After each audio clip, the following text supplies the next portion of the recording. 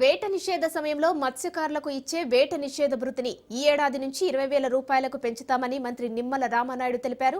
ఎన్నికల్లో మత్స్యకారుల సంక్షేమం, అభివృద్ధికి ఇచ్చిన ప్రతి హామీని అమలు చేస్తామన్నారు. గత ప్రభుత్వ హయాంలో బీసీ సంక్షేమ పథకాలన్నీ నిర్విరామమయ్యాయని ఆరోపించారు. వాటిని మళ్లీ పునరుద్ధరించి అర్హులైన బీసీలందరికీ వర్తింపచేస్తామన్నారు. అనంతరం ప్రమాణ స్వీకారం చేసిన జిల్లా మత్స్యకార సహకార సంఘ అధ్యక్షుడు మైల వసంతరావును ఘనంగా సత్కరించారు.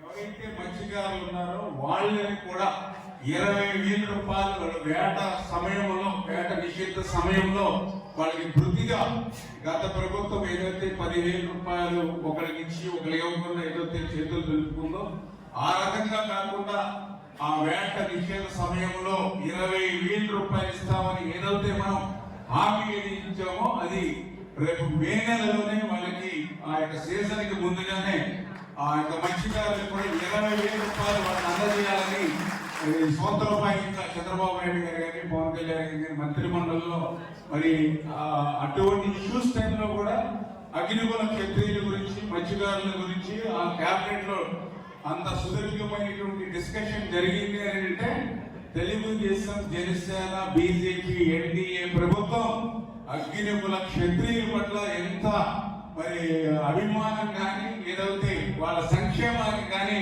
కట్టుబడి ఉందో, వాళ్ళకి ఇచ్చినటువంటి మాటకు కట్టుబడి ఎట్లా పనిచేయాలో కూడా మరి ఈ ప్రభుత్వం అనుభవంలో కూడా గుర్తు పెట్టుకుందనే దానికి ఇన్ని కష్టాల మధ్య కూడా మీ కష్టం తీర్చాలనే ఆలోచనతో ఈ ప్రభుత్వం ఏదైతే పనిచేస్తుందో అదే ఒక ఉదాహరణ అనే విషయం కూడా ఈ సందర్భంగా తెలియజేస్తుంది.